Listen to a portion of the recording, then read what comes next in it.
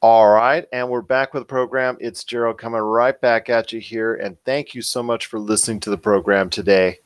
Well, one of the things I wanted to talk about this month in honor of Pride Month, as we close out the great month of the Pride Month, was something about, I just wanted to get into detail about, the representation of LGBTQ plus characters within entertainment. And as far as video gaming is concerned, that's obviously when you talk about the pop culture cosmos and Game Source, the things that we are part of, that's something near and dear to our hearts. And how is it represented in the community today? How is it a part of the video game scene? And is there a lot more that needs to be done when it comes to the representation of LGBTQ plus community in the environment of video games? And I have a great representative today that's going to talk about what's going on with that type of community and where it needs to go from here. I'm speaking right now to the professor of creative and entertainment games at the Breda University of Applied Sciences. I almost have to take a breath there when I'm saying that. But I tell you what, he's also a former level designer at Electronic Arts. And boy, we're going to have a lot to talk about when it comes to Electronic Arts. It is Mata Haggis-Burridge. And I'll tell you what, Mata, is just so great to have you part of the program. Well, thank you very much for inviting me to be here. Well, it's just my pleasure indeed, and it's just so awesome to as we close out Pride Month to be able to talk about the subject. It's something I've actually wanted to speak on for quite some time because of the fact that there is in the entertainment industry, I can just see it from my vantage point, and I don't have very much of a say in the matter, but I can clearly see that there is more representation that needs to be made and there needs to be more of a positive reinforcement and a more positive community that's brought out between the LGBTQ community and the entertainment industry as a whole. I mean, we've got some steps that have been taken from what I can see, but I still think a lot more that needs to be done. But before we get into that big, heavy topic conversation, I want people to know, I want people to understand and know your background on some of the things that you're part of, and then also some of the experiences that you have as far as, with video games and how that came to be.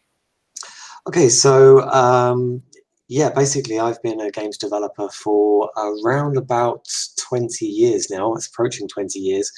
I started off around 2000 making Flash games and animations online. Used to release them on my website and really formed a very nice community there. Really, it kind of took off when MTV asked if they could put some of my animations around Europe. That was MTV2, so we ended up with those being broadcast. I had a focus back then kind of subculture, particularly kind of goth subculture, very much kind of a teen audience and a young sort of 20s audience.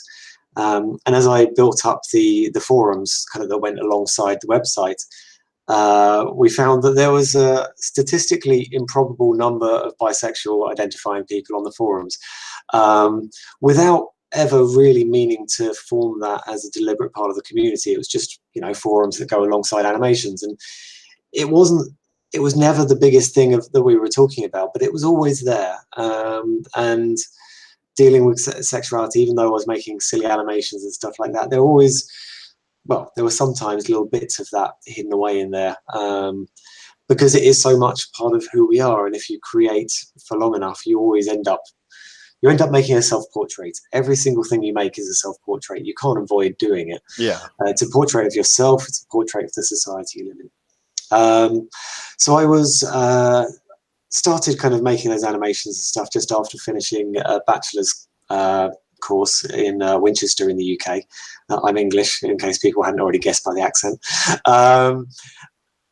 And when I was doing that, I was actually really looking at bisexual identity and kind of bisexual approaches to literary criticism, really looking at a poet called Samuel Taylor Coleridge, and really trying to work out kind of, there was in the 1990s, there was an idea of kind of literary theory called queer theory, which was typically not really anything from kind of queer communities overall. It was typically mostly gay men working within this field, and some lesbian scholars working within this field. But And there was even one very prominent scholar that said that bisexuality didn't exist. So, his partner actually, after many years, they broke up, and his partner started dating a woman. So he was kind of forced to accept that maybe bisexuality could be real. But this was kind of the cultural background of the 1990s that sort of started me off. I was doing a PhD at the same time as running that business and learning how to make those games. And again, that was looking at identity and how it's represented in technology and fiction, looking at William Gibson particularly, who invented the term cyberspace. Very influential over many things, and including things like Cyberpunk 2077, which we might touch on later in this conversation. Oh, I would say so, because that is a lot of talk going around, especially after E3. I know you took notice out of this week. Yeah, I noticed that one happening. So yeah, I went to work for Electronic Arts on Burnout Paradise, where I was kind of a level design side of things. I put down, basically, if anybody's ever played that game, if you hit an object that moved, I put it there. That I say that with 100% confidence, and there's around awesome. 10,000 of those in that game. So, and it was a really interesting challenge to try and balance kind of the storytelling of how you put down the objects to make the world feel like a place that was worth driving around in. Because although it's a racing game, you could do exactly the same gameplay mechanics with just a box. A box sliding between boxes. That would still be a racing game. But the game feels better when it's in a city. And the city feels better to race through if it feels like, people just walked out of this scene just a moment ago. It feels like there could be people around the corner. Obviously, that game is rated kind of teenish, so they don't want to actually have you hitting pedestrians. It's not Grand Theft Auto, so it's an empty city kind of. But it's still a fabulous game. I have played it, and my compliments to you and the team for doing so. They were an amazing team to work with. I mean, full credit goes to them. They are absolutely stunning people we work with there. Interestingly, 4 of the people I worked with there spun off and started Fireproof, who are now famous for making the Room series on Android and iOS. And I'm very familiar with those. That's great. Yes, so that was started by people who worked on Burnout Paradise. Their feeling was basically, we want to bring AAA visuals to the mobile market and make something small that we can make by ourselves. And they made The Room, and I think it's a fantastic series. And we see lots of people from that Burnout team really have continued flourishing through the industry. It was a difficult production, that one. Lots of stress, lots of hard work, many hours in the office. I got RSI from trying to hold because when you hold the acceleration trigger. Yes. When you're testing that game 10 hours a day, you're just holding an acceleration trigger in its like little hook pose for about 10 hours. That was not comfortable. That still hurts today. So yeah, there are physical side effects to making games. I would imagine so. I mean, as someone who's played it, and if you we use a controller for an extended amount of time. I mean, even just testers, game testers, and obviously what you guys do as well. I mean, if you're doing something repetitive or something in along the lines for an extended amount of time, those things are bound to happen. Yeah, it's quite a tough business actually. We do work ourselves very hard to try and create the best things for people. And I know you get a lot of criticism as well. People coming up to, well, you just make games. You just make games. And it's you just have to. I would ask people if they go experience an E3, because I've been to a few E3s. I wasn't there this time around, but I sent a crew there. But this time. But the E3s I've been to, and you talk to the developers firsthand, and you talk to people that have worked in the industry, such as yourself, and you can see in some cases the long hours that are done, the crunch times that have taken place, and you see the fact that it is not so easy just going ahead and being in front of that computer and doing the things that you need to do, mocap, the whole 9 yards for so long, for such a period of time. And then as it gets close to the end, you have crunch time where you work an unbelievable amount of hours in order to get the product out the door. Yeah, absolutely. I mean, yes, we're not like breaking rocks with sledgehammers, but it is definitely a type of hard. It's Yeah. very definitely type art, and especially when you're dealing with different topics. I mean, we look at like there are stories about artists who have been working on zombie games, and they've spent 3 months, 6 months, 18 months staring at reference images of decaying bodies and horrible wounds. And every night they go to sleep and those images are still in front of their head, and they have to go home and have a relationship and have a life or raise a family. And their workplace is just blood, gore, and disease. And it's like, this is hard stuff we're asking people to do for the sake of entertainment. And it is a tough business that we're working in. Yes. I can imagine so. I can imagine Yeah. so indeed. Once again, I'm talking to Mata Haggis-Burridge of the Breda University of Applied Sciences, Breda University of Applied Sciences. And I'll tell you what, it's just so awesome to talk to you here right now. Let me ask you this. When it comes to the representation of the video game industry with the LGBTQ plus community, when was the first time that you saw in your life, as far as a video game that actually had a character or characters within that community that you could relate to more on that level? Oh, now you got two questions there. One of them is when the first time I saw it, and when was the first time I saw one I could relate to? Or well, that's. I mean, those are good questions. Because I just want to make sure, because I mean, there's a background for this, and I want to know exactly, when it gets to our final points, I want to make sure that those bases are covered. Yeah. So, and I think the first time I remember noticing a gay character in a game, or an LGBTQ character in a game, was a light gun game. I can't even remember the name of it right now. But it was a light gun game, and it was a tiny little moment that you had shot one of the sort of primary women enemies. There was lots of enemies of multiple genders, but yeah, there was one of them was a woman, and there was another enemy who was also a woman around, who was kind of one of the prime baddies in this as well. And when you killed one of them, it was very clear that this was not just a comrade you had shot. Mm-hmm. This was her partner.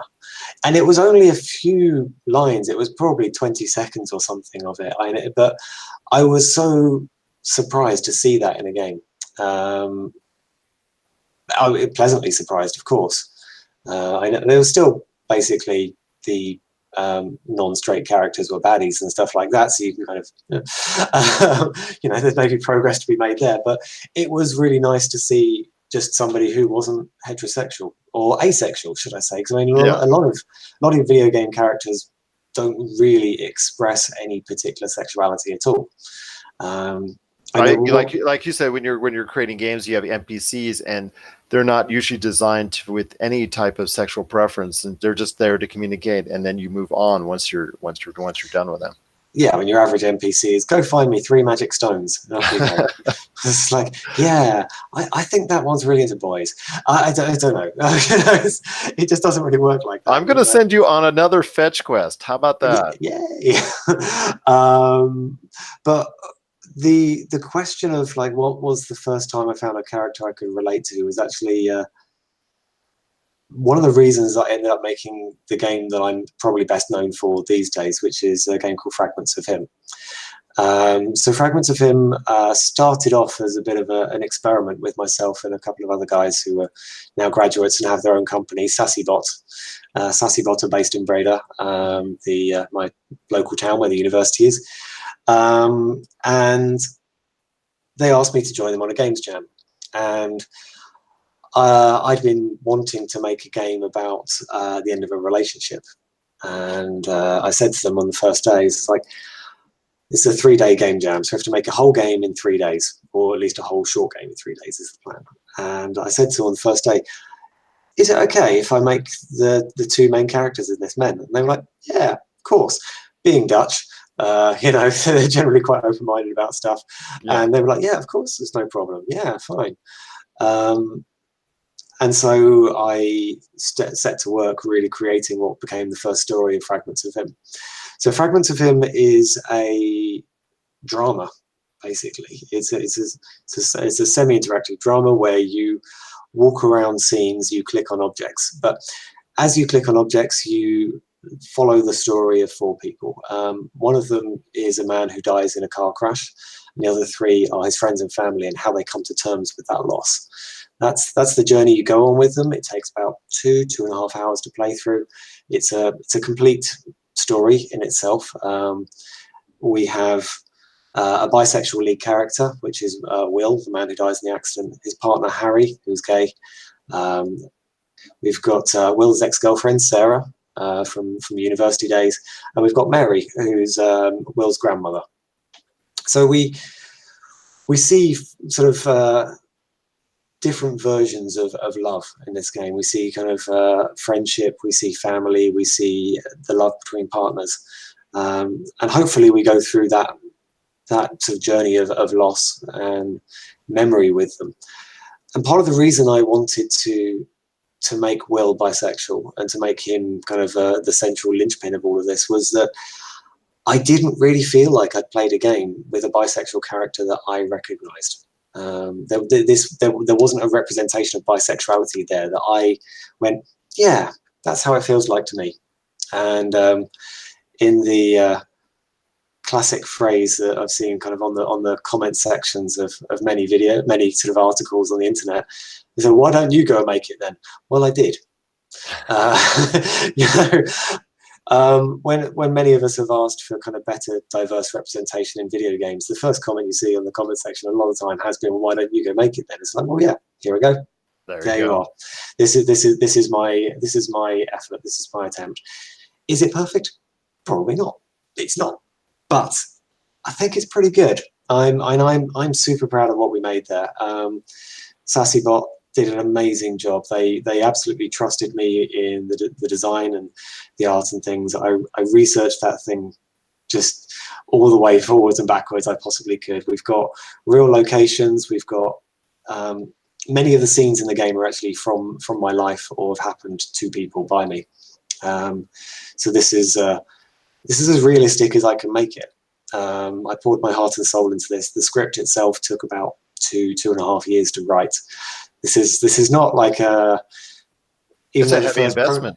Even though the first prototype was done in 3 days, turning that into a full thing, because after that first prototype, 60,000 people played it all over the world.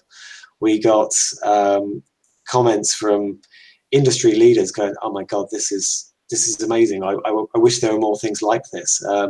People were messaging me on Facebook after looking me up to just say thank you for it. The amount of people we moved with that story was phenomenal, and so we wanted to make the full version of it. Oh, that's awesome. And I think one of the things that was interesting about that though was because I was working with reality as my medium in essence. I was writing as realistically about grief as possible in a video game form. And of course, we toured with this. We took this to quite a few shows, and I was showing it at Gamescom a few years ago. And if you've ever been to Gamescom, it's this huge German conference. There's about 500,000 people attending it. It's enormous. It's the scale of it is insane, and the number of people and the noise and everything is crazy. We had this tiny little booth, and we had lots of people come by and play. And one of the guys, he came across and played it, and he was an Afghanistan veteran, and the story, even though it's about a bisexual man and his gay partner in that little bit that he was playing, he was saying that story of loss is how I feel about the friends I lost. It should resonate, regardless of whoever the main character is. If the story is good enough, it's going to resonate with everyone. Yeah, and that's it. And I think people, it's interesting because we made a game that prominently has non-heterosexual characters in it. It's often profiled as a gay game, but it's just stories about people, and we've expected queer communities to be able to appreciate straight stories for basically the entirety of history, And there's no reason that straight people can't appreciate stories about queer communities as well. This idea that we have to kind of put this curtain or this wall down between our communities and say this one's for you and this one's for you, it's odd. And maybe I say that partly because I'm bisexual, so I sort of have a foot wandering on this line between the communities. But that's also one of the problems with being bisexual, that there is a less strong bisexual community often than there is a gay community or a straight community. Although the straight community doesn't think of itself as a straight community, it thinks itself as society. But you're right in that sense that it is a community, so to speak, and that line has been drawn for several years. I mean, when you're playing it as part of the industry, as someone who's been playing games since since basically 1980 for some time now, I've seen it as far as very little representation, and that's very sad. As in many ways that's the case. It's finally starting to get to the point now where there's games, whether they're small indie developers or large AAA developers, you're starting to get that representation. I know you see behind me at Mass Effect, and you got Shepard there and whatnot. Yeah. That to me is one of the first AAA games where you could have any type of representation. Did you get a chance to play Mass Effect through, and what were your thoughts, if that's the case, even if you didn't, about the chance that you could play as a gay or bisexual character? Well, sometimes you could play as a gay or bisexual Sometimes character. it's based on the choices. I mean, I mean, obviously it's a start. Actually, in some games, I think in Mass Effect 2, if you played as male Shepard, you could not romance men. Really? They put that back in again. Yeah, I think actually I think it was in Mass Effect 2. There was one where you could be gay if you're a woman. You could be a lesbian. Yeah. But I don't think you could actually be a gay man, which is disappointing. Yeah. But with Mass Effect 1, where you could go at least have some semblance of a gay relationship, that opened up the eyes of a lot of people at that point in time in 2007. I know that was, I guess not, it was a start, and hopefully, it would signal the sign to come for some more positive signs. Obviously, your game, that has gone out to the community. Before we go into any other questions, where can they find your game? As far as I think probably the easiest place would just go straight to fragmentsofhim.com. Okay. So it's available there. You can buy it directly from SassyBot on fragmentsofhim.com. It's also available on Steam. It's available on Xbox One, and it's available on PlayStation 4. So if you have any of those titles, any of those platforms, please do pick it up. Small developers really just need your help. We pour our heart and souls into these things, and we just hope that somebody supports us so we can make something beautiful next time. Absolutely. I should probably mention that SassyBot are now making another odd game in some ways. They're now making a game called Winkeltje, or Winkeltje, as you might say it, which is Winkeltje is Dutch word for a small shop. And it's a shopkeeping game, and you play as a young woman who's starting a shop, and it's adorable. It's so nice. And so they've gone from kind of this very deep and melancholy game to something very light and just lovely. And they're small developers like that are putting their heart into trying to make something interesting, something different, something original. And I fully encourage all of your listeners to go out there and support any small developer that's doing something different. If you like the look of it, please pay for it, because people need your support. Absolutely. And then you go to places like E3 in the past, and they have indicated where you go and seen the lineup of so many different independent developers. And whenever I've gone there, if I'm looking for something out of the box that's different from the norm, that's the first place I go. Yeah, I find those things much more exciting generally than the big titles. The small, heartfelt, games made by some passionate developers generally have a lot more heart and soul in them. And to kind of jump back to something like Mass Effect, I think that it tried a lot of great things, and I think it paved a lot of way for representation in some ways. But like a lot of big things, it's also got its flaws. I played as a good person all the way through. So I ended up only with one person at one point, and it's interesting that you can't be polyamorous, for example. You know, there were a couple of characters. I really liked Liara and I really liked Jack. And I wanted those to be my partners. And they were like, nope, got to choose one of us. Okay, that's a choice. That's a community that, you know, polyamory is a small thing. So I was like, okay, I get that why that might not be there. When I went through on another playthrough, I decided to play it making all the evil choices as the worst I could, the flirtiest I could, doing absolutely everything I could that would kind of rank up the kind of evil version of Shepard. And I slept with most of the crew. Now, as a bisexual person, that sends a message. Because if I play as a good person, I end up in a single relationship. If I play as a bad person, I get to sleep with lots of people and multiple genders and things like that. And there's this sort of underlying message. Yeah. That you know, if you're into trying to find multiple partners, or you want to be with multiple genders, you have to be evil to do that. And that shouldn't be the case. No, and it takes me back to a comment that Paul Verhoeven made about Basic Instinct. You know, Basic Instinct, you've got this kind of serial killer, Catherine, and he said, Catherine is the devil. That's why she's bisexual.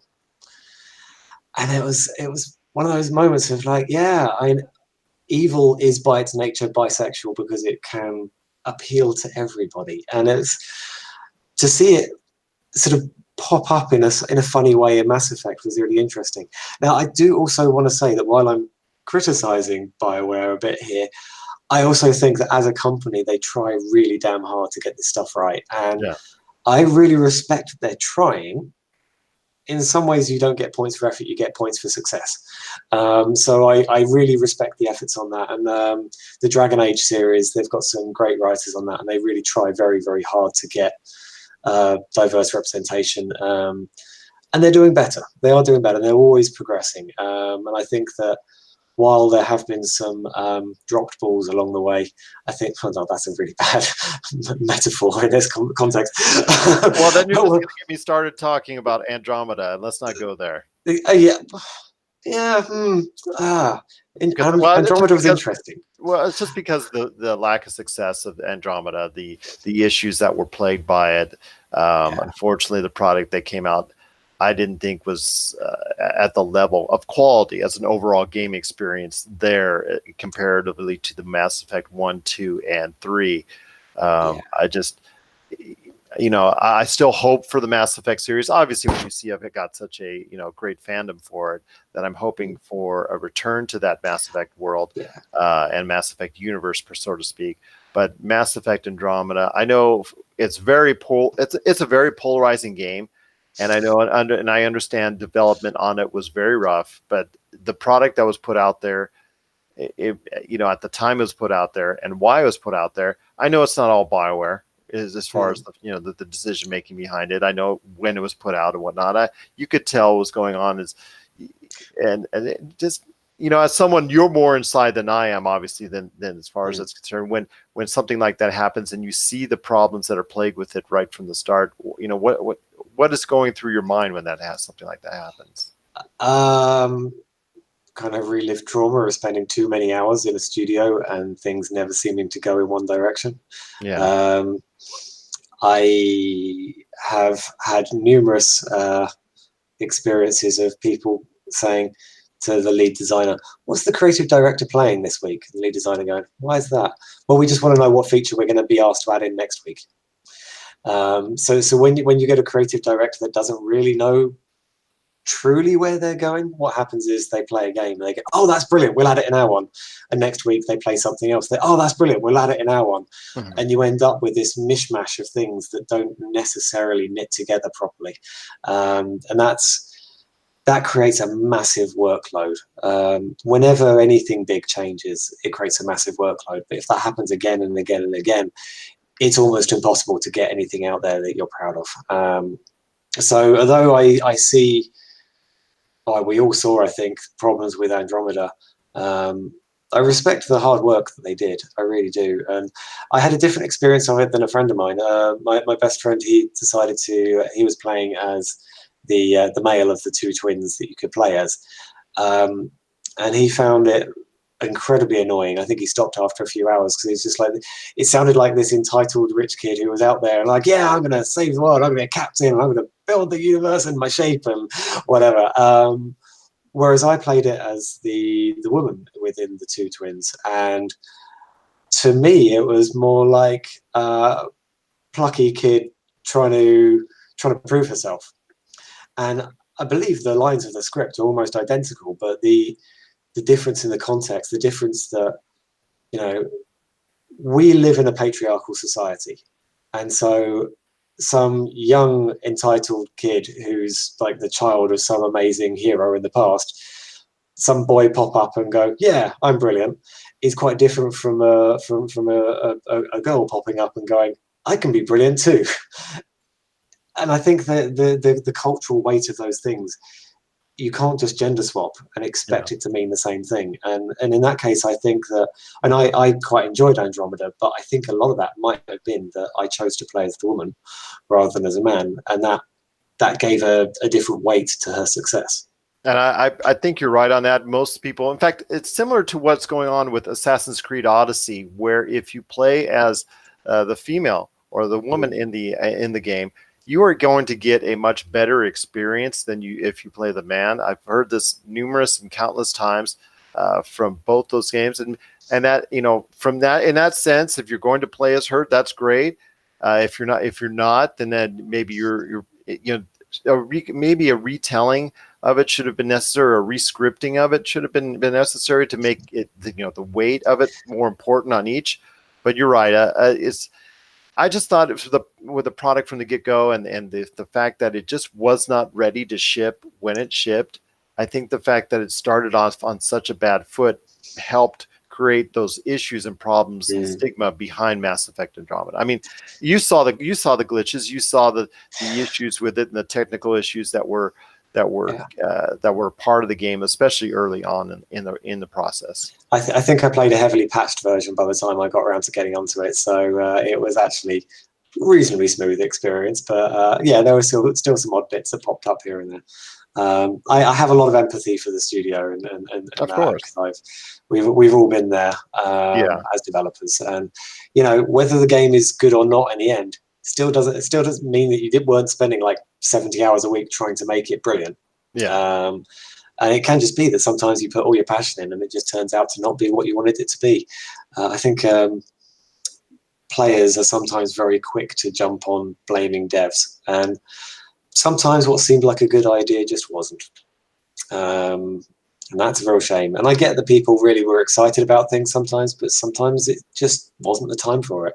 Yeah, I agree with you on that. I think that's a better way to assess as far as it's concerned, rather than just go ahead and dump on the devs. But you know, as you've spoken out and alluded to already, we as a society have a tendency to go ahead and act on impulse, and sometimes that's not always the best of things. But I wanted to ask you this before we head on out today, and I wanted to ask you, where does the video game marketplace and the video game industry as a whole need to go as far as for a better representation of the lesbian, the gay, the bisexual, the transsexual, the queer community? Where do they need to go as far as a better representation that would actually make you, I don't want to say make you happy, but make you more satisfied with what the products are going out there?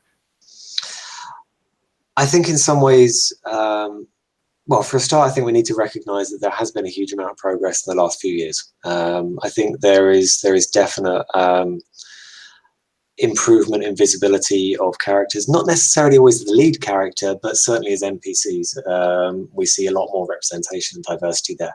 I think there's something else that we need to recognise, which is it's not just about queer communities now. We've become increasingly aware of the intersectional value of putting everybody forward. You know, whilst, you know, there's no point in just the queer community succeeding if people of colour are not included in this. I also think that we need to look at things like rural versus urban living.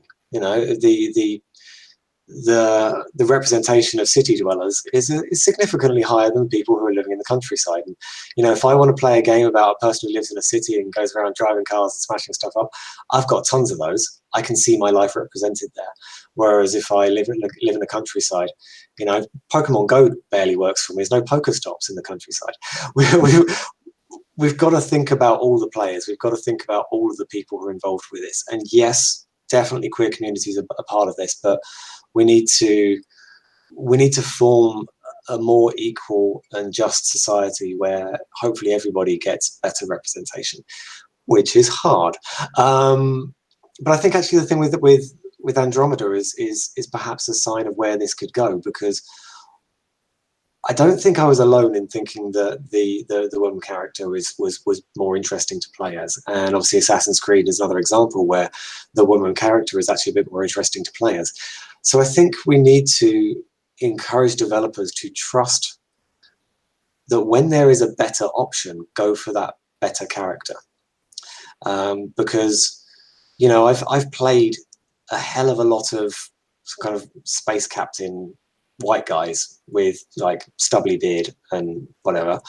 I've not played nearly as many gay women as space captains.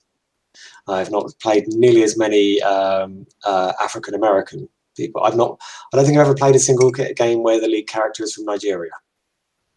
And there's a hell of a lot of people in Nigeria. And there's a hell of a lot of games out there, but I've not played them as them yet. Actually, there is one I have played. Tell me, right? It was a beat 'em up, made by people from Nigeria. There you go. I think that also is kind of one of those things so we've got two sides there. We've got the pick the best character for your story. As from the writing industry, if you're writing a novel, sometimes you have this great sequence of events, and the person who's going through them is dull. And you have to find who's the most interesting person who would find this hardest but overcome it. And that question actually leads you to the point where you are not always casting, should I say, kind of a white, straight, cisgender man in his sort of mid-20s to mid-30s as your lead character, because sometimes it will just be a much better story. And that's the thing. This idea that diversity is some sort of token thing or some sort of political identity, it's not like that. The diversity side of this can be a massive benefit to the quality of the experience, because the character is more interesting, the challenges they face are more interesting. So that engagement with different communities, queer communities, but communities from different cultures around the world, Eastern Europe, sort of Southern India kind of side of things, where all of these places around the world, we've got different cultures. We could use these as inspiration for our games. We could use these as inspiration for our settings. The conflicts that these will have, the stories that we could tell might be ones we've never played before. How do we turn those into gameplay mechanics? How do we turn those into amazing, engaging stories which will touch the hearts of everybody who plays? Yeah. And as I mentioned earlier, in Fragments of Him, our own game, an Afghanistan veteran could feel and relate to the emotions of a bisexual man and his gay partner set in London. And that core of humanity is the same for all of us. Love touches us all. Love touches us all, and it's an incredibly powerful emotion. And if we can find ways to harness that, if we can find ways to bring that to be the unifying point in our stories, questions about sexuality and gender and culture fall to the side when we look at each other as people. And we find those stories, and we find the passion, and we share just how they try to be happy in their lives. Because that's all any of us want. We just want to be happy and live peaceful, successful lives. I think we could find stories with the most interesting characters from all different backgrounds, from all different sexualities, all different genders. I think that we could find new gameplay there which will actually keep us inspired for basically the rest of human future. Storytelling has been part of humanity. In fact, it's probably possibly the quintessential part of humanity throughout our lives. And one of the things about storytelling is you pick different characters every time. You You tell a new story every time. You tell about a new context every time. Because if you keep on telling, hey, here's a military guy, and there's been a double cross, yeah, you can tell that, but eventually there's only so many stories you necessarily want to have that as your main thing. Eventually you're going to want to, you know, switch channel and watch The Good Place, you know, or like flick across to Planet Earth and watch David Attenborough make you cry about penguins or something. You know, we need variety in our lives. We need to see different things. And if we stick in ourselves into games where we are just playing the same thing again and again, games will get stuck. Games will byline themselves or sideline themselves into this little obscure niche, and no one would ever want to play them ever again. I think that for the health of the industry, we need to have diversity in our lead characters and sub-characters. Oh, that's awesome. Very, very well said. Once again, I'm speaking to Mata Haggis-Burridge. He is the professor of creative entertainment games at the Breda University of Applied Sciences. You also got to try his awesome game, The Fragments of Him, and that's available on fragmentsofhim.com. But you also can find it, I'm assuming, in the marketplaces of not only PlayStation 4, Xbox One, like you said, and also Steam, which has thousands and thousands and thousands and thousands of games. But I want you to go ahead, everyone listening out there, and search this one out. It is Fragments of Him. I'll tell you what, it's just been so great talking to you today. But, you know, I'm going to give the floor to you. So you tell us exactly what's going on with you and exactly what can they find some of your great stuff outside of not only just Fragments of Him, but all your other great stuff that you're working on or things that you've been a part of as well. Well, obviously, one of the things for my future is that I'd like you to follow me on Twitter. So I am at Mata Haggis. I had that Twitter tag before I got married. I'm now Haggis-Burridge. Got married last year, so I'm a very wonderful person. Congratulations. Thank you. Belated, but yes, congratulations. As someone who's also married, I know that's just it's a great experience if done right, and it sounds like you're still in that newlywed stage. I can see the smile on your face, so that's good. That's good. That's good. My partner is a very awesome person, awesome. Who's not here and not listening to this, so maybe they'll play it back later and hear this. But yeah, so follow me on Twitter. I am creating a new game at the moment, but there's no announcements about it yet. I also have my own company, which is called Copperstone Sea. And you can find it at copperstonec.com. There is a Twitter account for that, but there's nothing much tweeted from there yet. But at some point, that will become my main kind of platform for output. To be honest, those are probably the best places to follow me. I am working on a couple of different research projects at the moment, because part of obviously my job is not just about making stuff, it's about talking about stuff and finding out new things. So we are looking, for example, I'm working with a group in Denmark to make a small game, a little bit like Hidden Folks. Do you know Hidden Folks? Yes.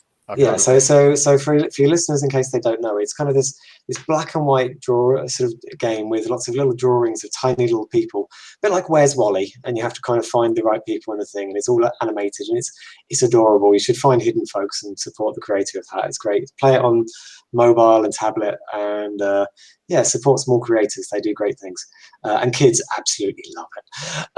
So we've made kind of an educational version of this in a little way, which is being sent around classrooms in Europe to try out.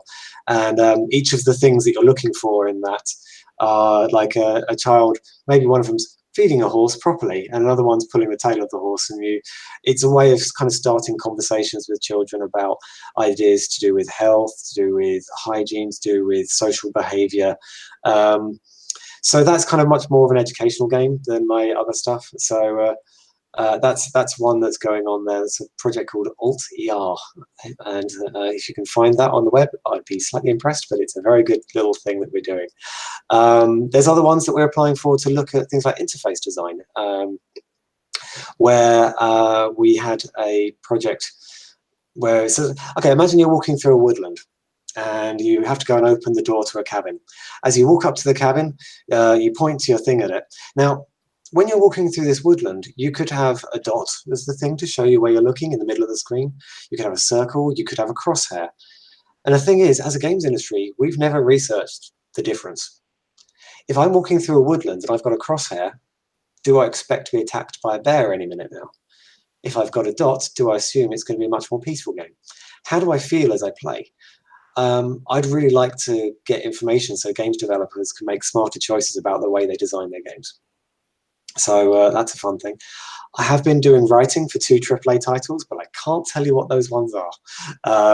So that's something else I've been doing in the last 7 or 8 months. I keep very busy. I do a lot of different things. One that I'm really proud of is a project called Gaming Horizons. I'm just going to double check the URL. Yes, gaminghorizons.eu, all one word. Gaminghorizons.eu is a research project, actually. It's funded by the European Union, looking at policy towards video games. Now, one of the things we found out was, not surprisingly, policy towards video games and support and research for them is not very good at the moment. There are a lot of very flawed ideas about what games are at a kind of a governmental policy level. So really that whole project was about trying to help the government understand how policies could be altered to help video games. On the Gaming Horizons website, particularly if people are academic researchers, in the deliverables place they can find a policy kind of recommendation document, and it's called a manifesto for European video games. But all of our researchers, all our research where we did interviews with, it was over 70 professional games developers and over 280 people participated in workshops, really trying to find a way to understand video games and how to communicate this better and really talk about the potential of what they could be for culture. We're at this hugely exciting part in history where we've got a new art form. You know, the last one we got was movies, and that was nearly 100 years ago. Now we have interactive movies-ish. You know, it's getting there. I mean, there.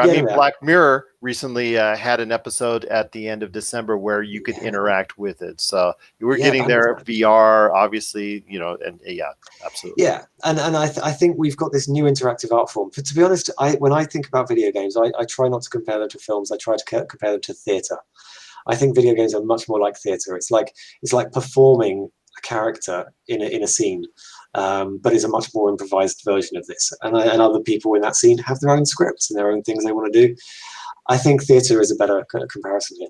But we have this digital version of it. We can be anything, anywhere, and anyone. And I think that's really, really exciting. So trying to understand how games will become fully grown as an art form, I think is really interesting. And if we look at the age of them, you know, you look at when Pong came out in the 1970s, I believe. If we compare the age of games now to the age of films from the first time they were publicly broadcast. So Pong was the first game that you could pay money to play. It wasn't just in a science lab somewhere. First time you could pay for it. And the first paid for film things in cinemas were like 1880s. So we are in the equivalent of about 1927-ish or something compared to film, compared to cinema. So we've still got Charlie Chaplin, you know. Orson Welles has not made his greatest films yet. You know, Citizen Kane has not come out yet. And I know it's a bit of a overly used phrase, but we don't have the Citizen Kane of games yet, I believe. I think we have only begun to scratch the surface of what they could be like.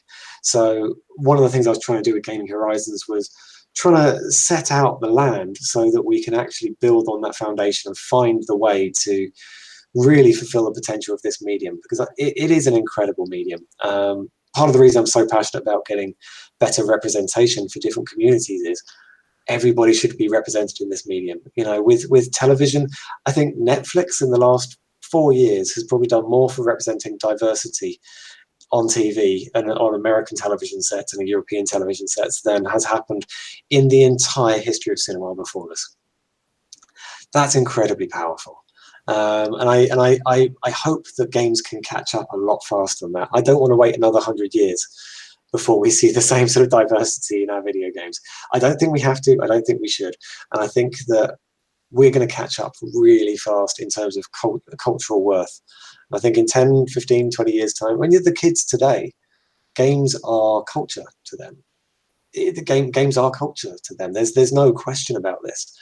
For them, skipping between Netflix and YouTube and playing a game and texting their friend and then watching a trailer and then watching somebody else play a game on Twitch, watching other people playing games is now a hobby as well. And this is all one ecosystem to them. They don't think of it as, oh, now I will play a game. Now I will do this. It's just moving between media in this very, very fluid way. And that's interesting and scary and exciting in all kinds of different ways, because we just don't know what this is going to feel like and what it is like for people to be so flexible in how they move between media. And what does that do to games? This idea of transmedia storytelling and things like that. There's so much potential here that we have barely begun to touch on. It's a really exciting time. There's so much to learn. And as a professor, this is just like, research this. Oh my God, where do we even start? Unfortunately, one of the questions is where to start getting funding, because it's entertainment. They go, oh yeah, that's a huge industry. They'll fund you. And industry is huge. So they go, yeah, we don't need to fund anybody.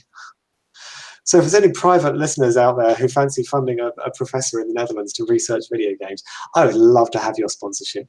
If you're sitting there on a few 100,000, go, yeah, that'd be nice. That'd be awesome. That would be nice. So if you can, please support Mata today. You follow any of his social media and go ahead and be able to go and help fund his awesome projects and the ideals behind them and what he's looking forward to accomplish. Because you're right, there's so much more to go in the industry. There's so many things that we could go ahead and do to create a closer knit community than the one we have before and the one we have now.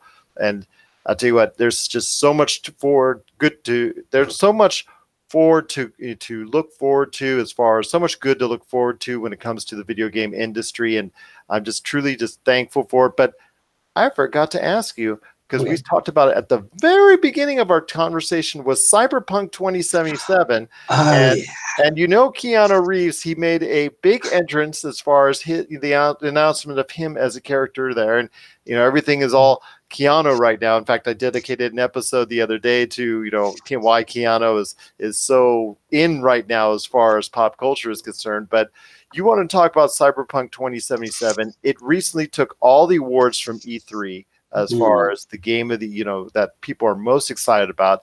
It is scheduled for a spring 2020 release. And I want to hear your thoughts on Cyberpunk 2077 and the hopes that you have for it going forward. Well, first of all, I want to say I absolutely love Keanu. What? I don't hear any bad things about him at all.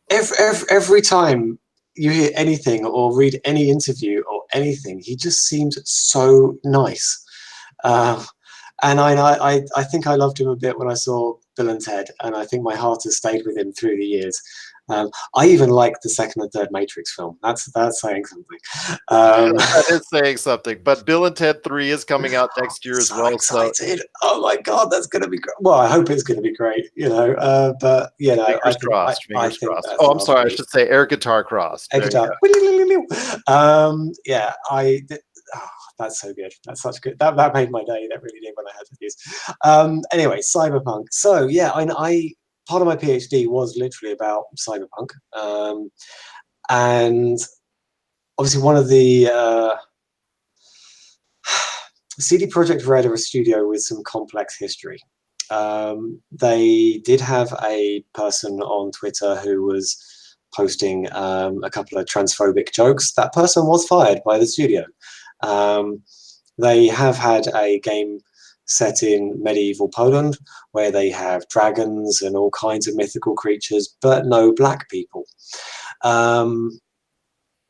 Yet were there black people in that time, in sort of Middle Ages in Europe and in Poland? Yes, there definitely were. Were there any dragons? No, there definitely weren't. So, they don't really have.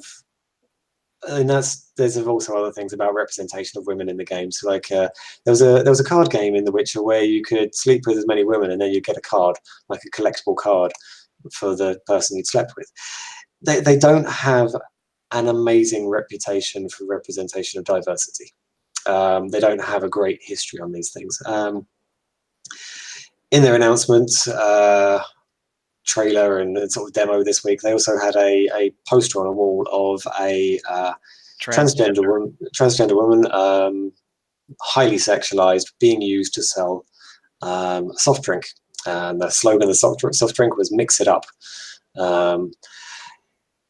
And you know, the art director, the interview with, I believe, female pronouns are appropriate here. I believe she said that this was an intentional thing. It was supposed to be kind of satirizing how terrible capitalism is, that it will objectify bodies in this way, that it will take a beautiful body like this transgender woman, I believe, this transgender person's body, and use it to sell soft drinks.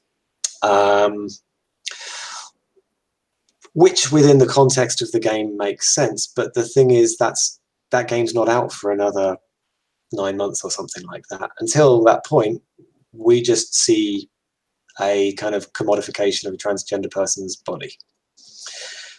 And there's enough trouble for transgender people in the world already that's not helping much, you know. And that's a massive understatement. That's, you know, if we look in America, transgender rights are hotly contested by the current leadership, to the point of well, increasing the danger, the literal danger for the lives of anybody transgender in America at the moment. If we look to Brazil, there's a far right leader who's been voted in over there, and a massive escalation in the murder of transgender women. You know, the transgender community throughout the world has been historically killed, to be honest. Let's put it that way. There's massive prejudice against this group, and I'm not going to say that I am the world-class expert on this stuff, but I've got enough sense to listen to my transgender friends when they say that poster was not really acceptable. That's not helping.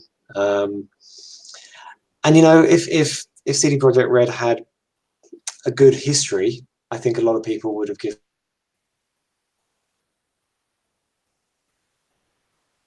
Oh, Mata, you still there? Can you hear me? Yeah, you just had that momentary lapse. Right, quick blip. Okay. Yeah, and like I said, I think if CD Projekt Red had a history of representing diversity well, or even BioWare's history of trying to represent diversity well and employing kind of queer people as lead writers and things like this, you know, we'd probably have a bit more trust. But at this moment, I'm a little bit skeptical about whether that might be the main representation of transgender people in this game, for all I know. At which point you go, well, you're not really addressing this in a meaningful way. It's kind of a tokenistic, hey, look, we put people on the poster, that's enough for you, isn't it? Which kind of isn't. I mean, basically it shows that we have, you know, while we've come so far, we still have so much more to go. Yeah, we still have a ways to go when it comes to full representation in the community. Yeah, and I, as I said about kind of BioWare earlier, I do give some respect for effort, and I do believe the art director when they said what they said. You know, I believe it was probably done with goodwill. Whether it fits and this is the right time for them to have done that, not sure. Whether that should have been in that context, I don't know. Does the game look good? I don't know. It probably will be. It'll probably be jolly good fun. Whether it's cyberpunk that I recognize, I don't know. I'll see about that one. We'll see about that one. But Keanu, let's try to put the positives on Keanu there. Keanu's amazing. You know, no, when in doubt, go back to Keanu. Yeah, no, and this is it. I mean, I don't want to be so harsh on people trying to do good stuff that nobody ever tries anymore. And this is the risk. So I not being transgender, I do have a little bit of privilege in that this is not putting my own life at risk. Whereas I like I say, there are other people who are friends who this is part of their life. So I can't give them full credit for this, but I'm glad that it's at least something people are talking about. I'm glad that this is getting talked about in mainstream press, and hopefully it'll encourage other developers to keep trying and hopefully do better. And maybe when the game comes out, it'll all be brilliant.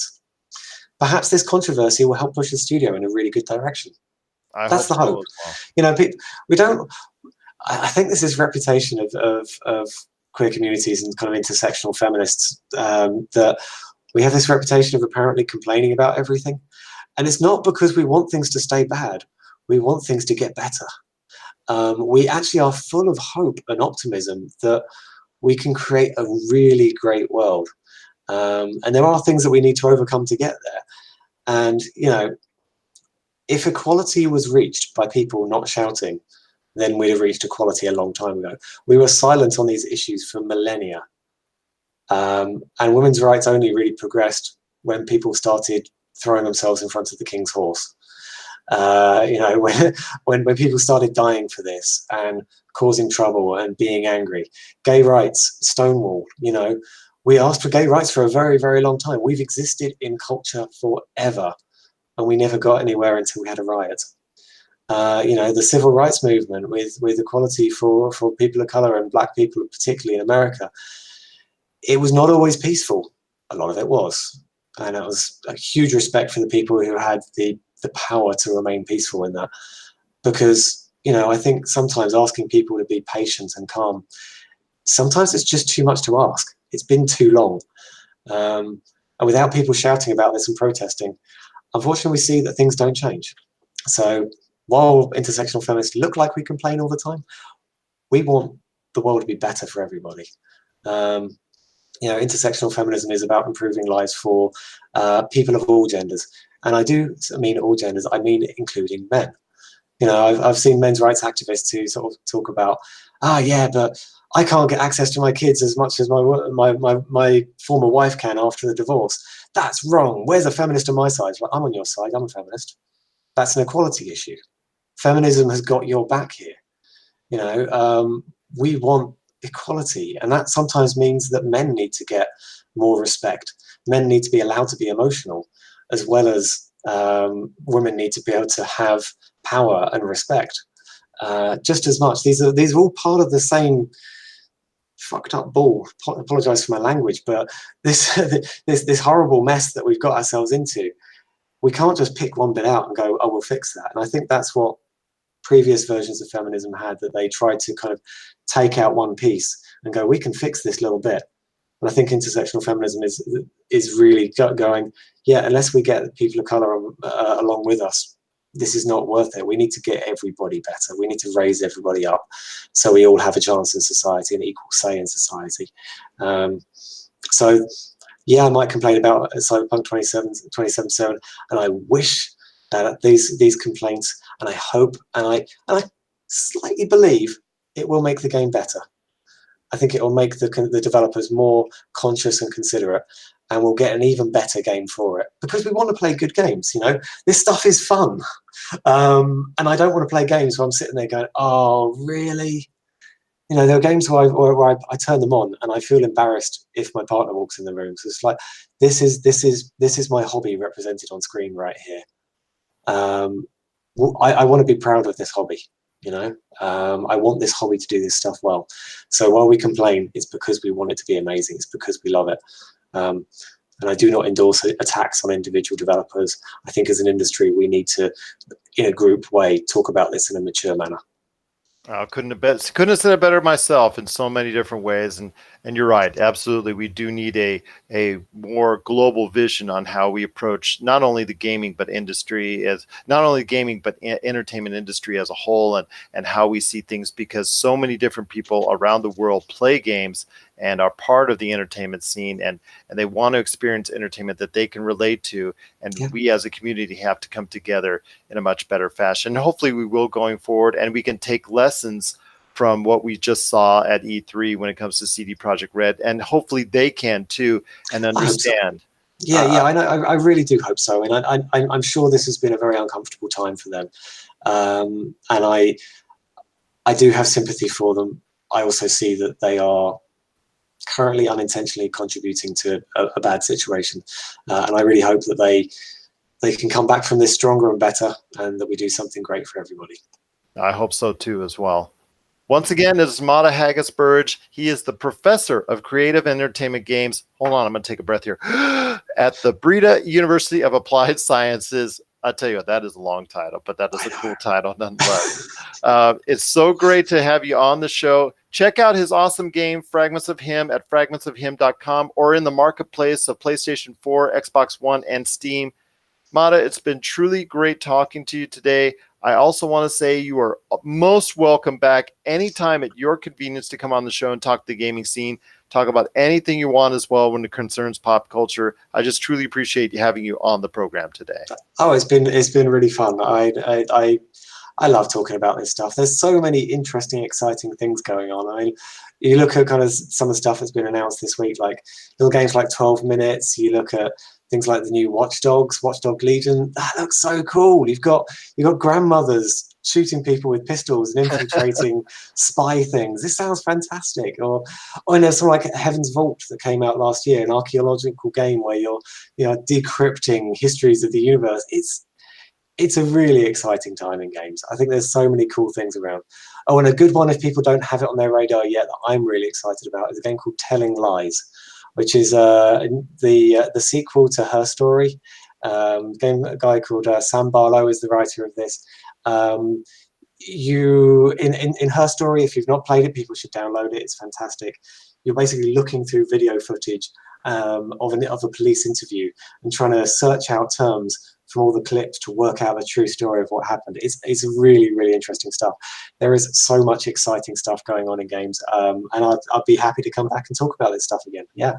Oh, that would be awesome. That would be awesome indeed. Her Story created a lot of goodwill and buzz when it came out, a lot of awards as well. So yes, anybody gets a chance, check out that game, plus also the game upcoming as well. Just Telling Lies looks amazing. It does look amazing indeed.